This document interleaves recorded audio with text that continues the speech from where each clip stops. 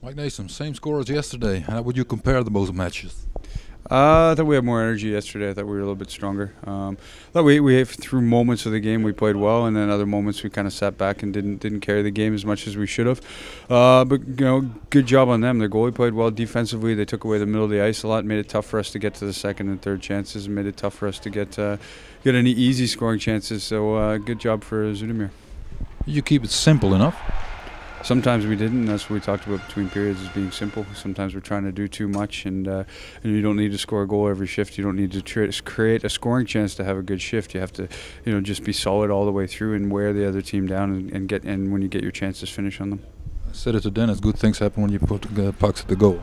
Yeah, we talk about that all the time, and I think you only need to watch a couple NHL games to see how many pucks they put towards the net and what it can hit off of and what it creates. And anytime you put a puck towards the net, the defensive team starts to scramble, to start to chase. So, it's always a good thing. I'm never going to say don't shoot the puck.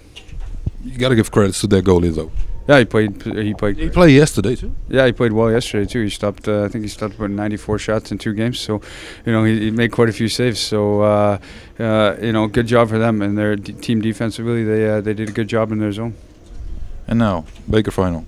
Yeah, and we try to not talk about it before. We don't talk about the players, but it's always in your head. It's in your mind. It's a big game. It's an important game for hockey in the country. It's an important game for Den Haag and ourselves. So, I'm sure it plays on guys, and I'm sure it's something that sits in the back of your mind. And motivation-wise, when you get the week before and you get the second to last team, that probably takes away from a bit of motivation. There was a spy in the stadium tonight. Yeah, I heard that. I knew he was coming. So you knew? Yeah, I knew. So now he can take all the information he wants. We've seen them enough, and he's seen us enough. So I'm sure he was just here socially. I spoke to him in between periods, and I said you can't be the underdog anymore. No, he's played that card with us a few times, and I think at this point we get to switch roles, and they get to be the favorite, and we get to be the underdog, which is fine. I think they deserve to be the favorite. They're in first place. They've won all but one game this year, so as them being the favorite, that's fine. We're going to go in there and work hard and do our best to keep the Baker with us. Last question: you gave them their own bench.